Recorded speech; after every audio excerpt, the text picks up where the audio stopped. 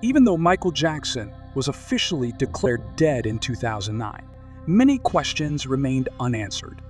Because these questions were not resolved, his fans began to believe that he was still alive. Fans who believe he is dead cannot answer these questions.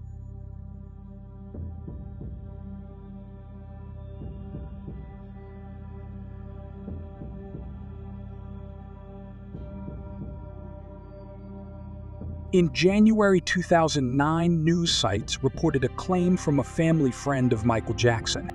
According to the claim, Michael had only 6 months to live, and indeed, exactly 6 months later, Michael's death occurred. Why did a family friend say Michael had only 6 months to live?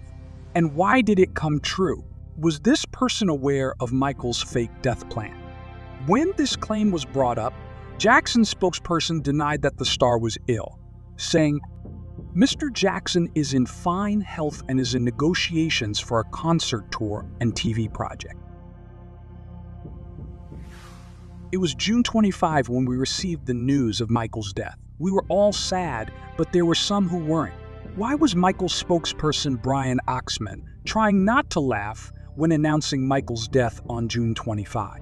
Hello, Harry. How are you? It is a very sad day for me here. I am heartbroken. What was it like to be? And arrived, and we couldn't even talk. We just hugged, we stood there, we cried, and I am heartbroken. I have warned that one day Michael Jackson would wake up dead and that I would not be silent.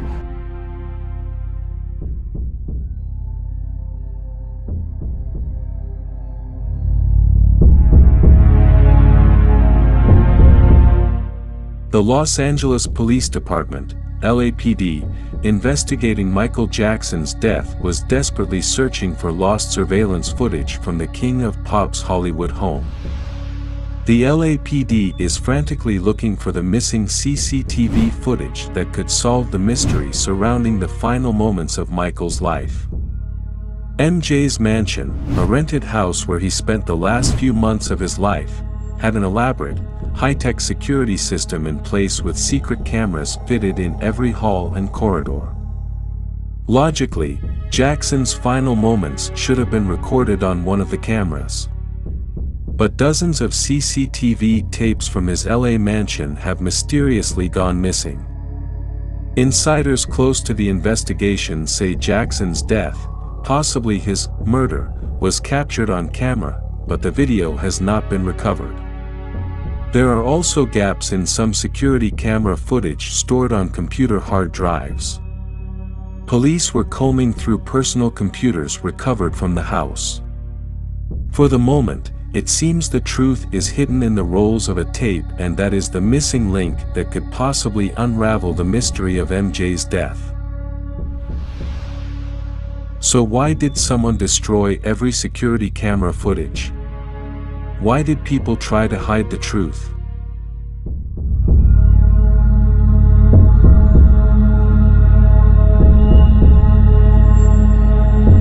On June 25, 2009, when Michael passed away, someone recorded this video. Ben Evenstad, Michael's private paparazzi, was out from Michael's house with a journalist team for many days. His purpose was trying to record Michael's life and to document his days during this as at rehearsals. On that tragic day, when the ambulance got out of the mansion, Evenstad tried to record inside the ambulance. You will be shocked when you'll notice this shadow, Michael Jackson standing inside the ambulance. Wasn't he in cardiac arrest? Why was Michael healthy in Ben Evenstad's footage on June 25? Perhaps we now better understand why the records from June 25 were destroyed. Jackson was healthy on June 25 and left the house in good health. Michael's private paparazzo Ben Evenstad recorded Michael sitting upright when he was supposed to be lying down in the ambulance.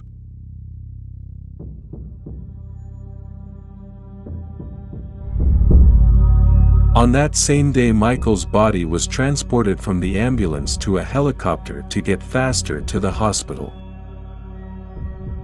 But something will hit your eyes. During the body transport, something strange happens into the helicopter. Look at the white sheet covering Michael's body. It's moving. This is absolutely proof that Michael Jackson wasn't dead.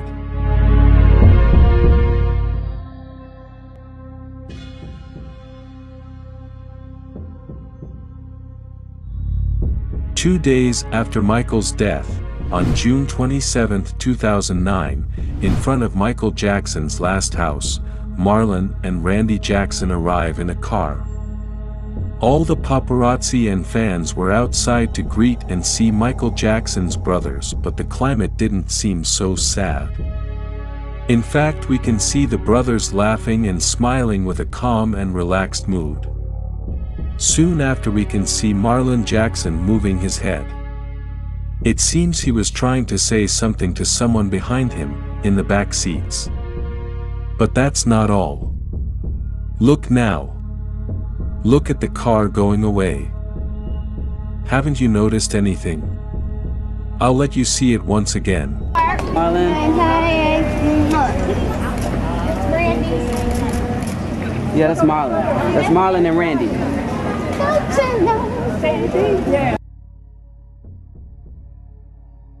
Who was that figure in the back seat?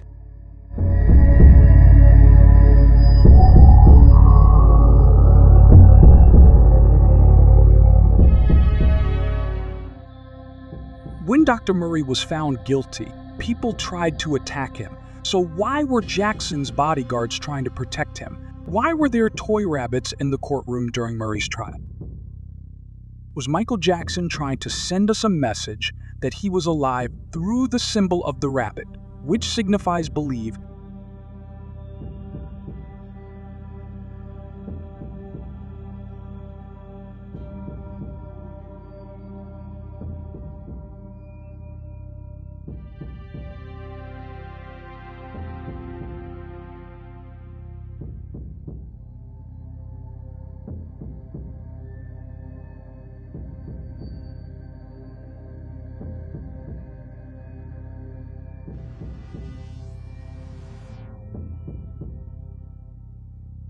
Did Conrad Murray, the doctor held responsible for Michael Jackson's death, confess that someone else died in Michael's place? Murray spoke about the day of Michael's death on the Dr. Oz show. He mentioned leaving the room for about 25 minutes, and upon returning, he found a different person in the bed. Murray stated, "He was dead, but it was not the same person I saw," thus implying that the deceased was not Michael Jackson. Safe. You step out of the room for an hour? I left his bedside around 11:25. And his position on the bed? Well, normally when I left him, he was on the pillow. And when I came back, he was in a different position. He was no longer on the pillow. He had moved down, lower in the bed and closer to the edge. But he was there, but it wasn't the same person I saw. It wasn't the same person I saw. It wasn't the same person I saw. So he's slumped over. Is he breathing? No. I did the normal thing. As a cardiologist, I resuscitate patients. Following this statement, Michael's fans considered it as evidence supporting the theory that Michael did not die. According to the story, a look-alike stunt double named Dimitri was buried in Michael's place. Dimitri, who was already near death, allegedly helped Michael with his fake death plan and was buried in his stead. Why are there conflicting stories about finding Michael Jackson collapsed breathing? Joe Jackson said something about him going to bed the night of the 24th and not waking up. Other reports state that he got up on the 25th of June, walked across to Dr. Murray's room from his room saying he wasn't feeling well and collapsed, and somewhere else states that he was already in the doctor's room. LaToya later says that Michael was found in Murray's room, not in his own room.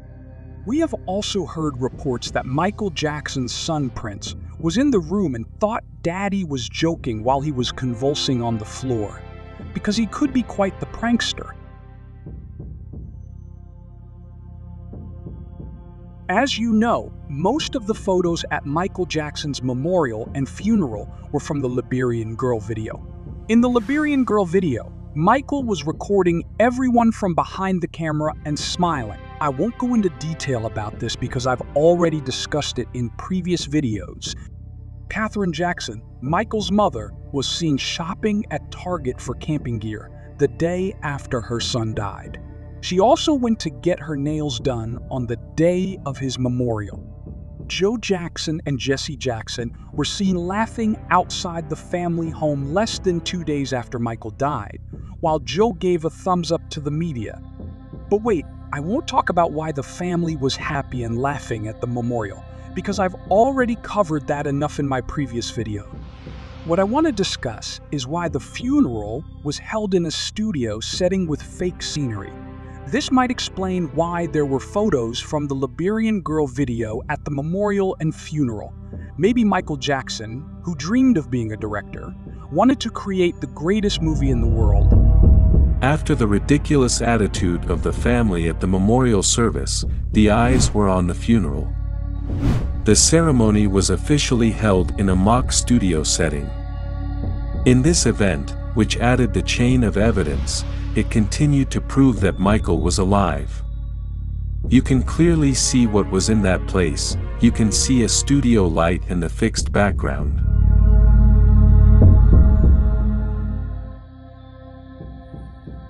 Why did Michael write a book called Faded with Gotham Chopra? This book is about a pop star who everyone thinks is dead, but is actually alive. Additionally, why did Gotham tweet this 15 days after Michael's death? Had the most fascinating dinner last night with that guy that runs the world from behind the curtain.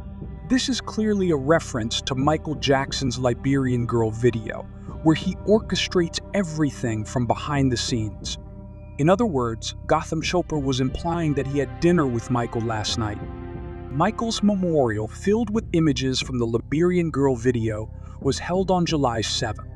Gotham's tweet posted 2 days later implied that he had dinner with Michael. Kenny Ortega, the director of the This Is It film, was Michael Jackson's close friend for 20 years. He also spoke about Michael at the memorial. However, he made a significant slip-up. Ortega said, "We were right here a little less than a week ago, and Michael was with us."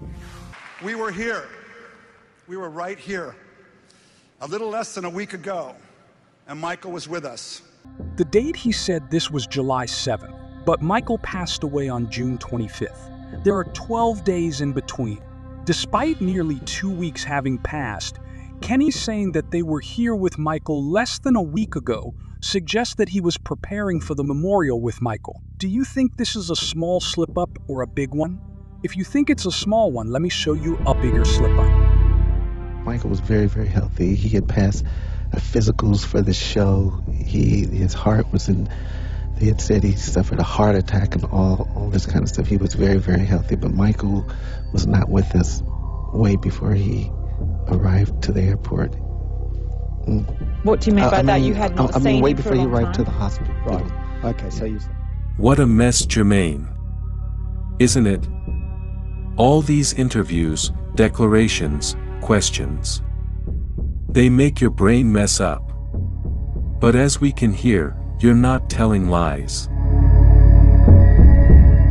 Jermaine Jackson, during an Australian radio channel in 2010, was talking about Michael's death and about his situation before he died. During his speech he says, "Michael was not with us way before he arrived to the airport." The woman who interviews Jermaine gives him a strange look, and Jermaine quickly says he meant the hospital. Well, it sounds strange because on June 25th the LA airport was closed following Michael's death and only a plane was there. It was about a mysterious private jet which departed from the airport during that time. The staff at the airport had been told to ignore the plane. This is interesting, since Jermaine Jackson made this little slip-up with the radio program.